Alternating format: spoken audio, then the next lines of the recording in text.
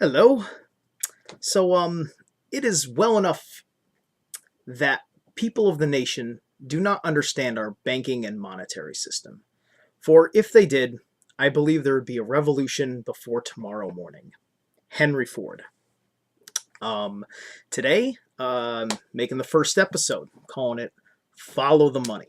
Big principle that I'm going with. But just to get started, in the pilot, I alluded to having a pet, so I figured, hey, here you go. This is Sonia. She's a bearded dragon. She's about a year old. She's real cute. And I am not a reptilian. David Icke, go fuck yourself. I'm just kidding.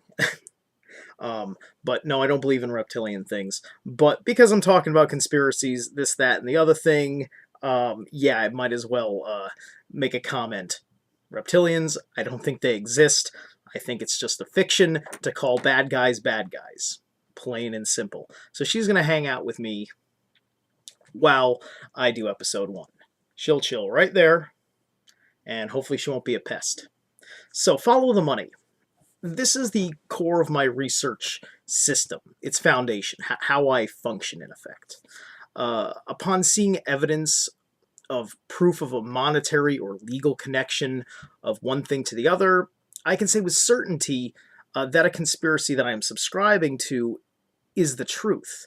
That working foundation of investigation is how most detectives operate.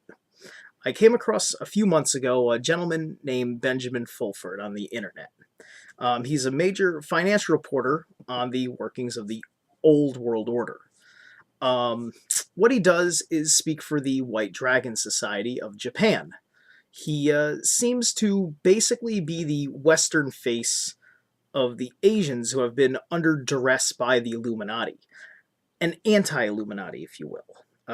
That's how I sort of interpret it, considering that they seem like they're a secret organization, but as the perception is amongst the conspiracy people is that they're good guys, that probably just can't come forward just because the world would think that they were insane, as I'm sure half of the people watching this right now think I'm insane. Hi, how's it going? The story of the financial control the global banks have over us is a very long history I will not overwhelm you with, besides which nothing I say means anything unless you look it up for yourself. The short answer, understood as Mr. Fulford and various other people have reported it, me putting the story together, and basically, is that a long time ago, the Holy Roman Empire, I say the Holy Roman Empire when Rome fell and it was the church was all that was really left, and the church system, which all goes back to Rome. There was the point where, as we know, we went through a lot of religious reforms that led to the Renaissance. Basically, there was a huge reorganization, a reformation of the church, as they were losing their national political control of the nations in Europe and the Americas. Through families like the Bowers, who changed their surname to Rothschilds, which is translated to Red Shield. It means Red Shield. From there, they used their banking skills to develop leverage on nations instead of on businesses. So, they lend money to Germany. Now Germany owes a debt to the Rothschilds, whether it's large or small, but it's for, that nation to handle its business if it wants to get something done. Things that are absurdly inefficient that don't make a hell of a lot of money. And then, of course, they have to figure out how to come up with that money, and it's usually through lying, cheating, and stealing. And typically it's hard to do any of those things without going to war or killing somebody at some point. So you kind of see where the problems come from. Like I said, she's not much of a nuisance. Anyway, this is how we came to the birth of crony capitalism. The idea that the government can do better by making a good deal with a private corporation, in which the private corporation puts interest on the money and the resources that they put out to that government. That's how it works.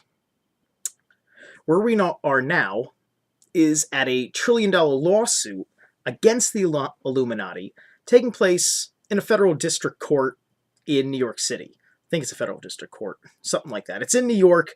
It boils down to the Fed. But it is under a full media blackout. But the whole document is searchable online, and I recommend you go see it for yourself. Do your own damn research. I'm not going to baby you and tell you a bunch of things, and then you're going to say, oh yeah, and that source you picked out is bogus for this, that, and the other reason. Go look it up with the sources that you trust and sources that are maybe even slightly new to you. This is not going to be easy to find. It's not going to be on CNN. They don't want it on CNN. Don't be fucking naive. I have decided that speaking about Benjamin Fulford in my first episode is almost as important as speaking about my libertarian values in the pilot.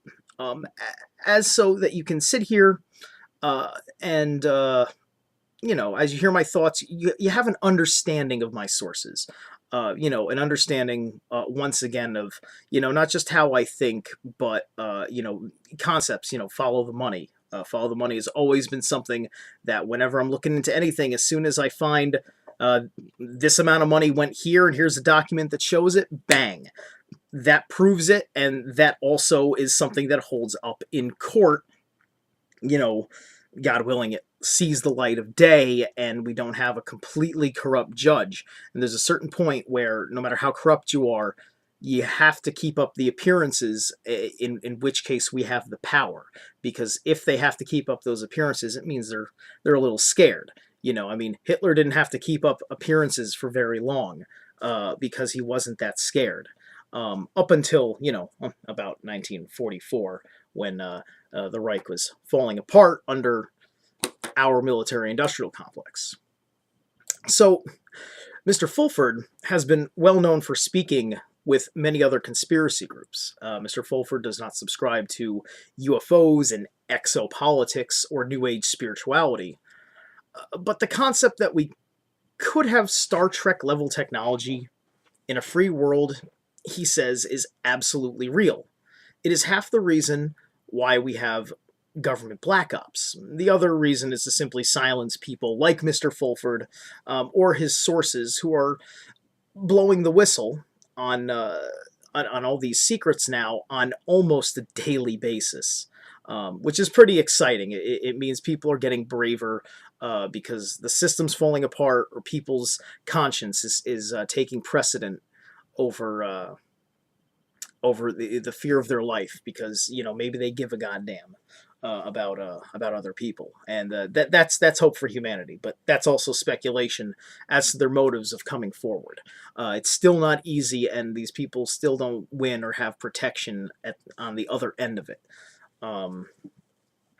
If you follow the story, for instance, of Nikola Tesla, as far as talking about the concept of Star Trek technology and whatnot, this is why I believe it. If you follow the story of Nikola Tesla, who is one of my favorite scientists and inventors, you realize he was being fucked over by Thomas Edison in the AC-DC war, AC versus DC current, where Tesla in effect won, but Edison gained a lot of power and didn't really work out for Tesla the way he wanted it to, because he really was trying to give the world something great.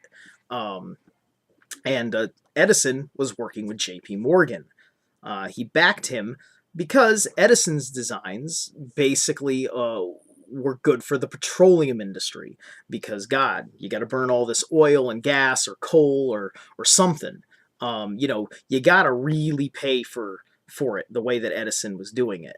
Tesla was making far more interesting inventions that were it was almost magical, in a sense. So the world may not have been really prepared for it.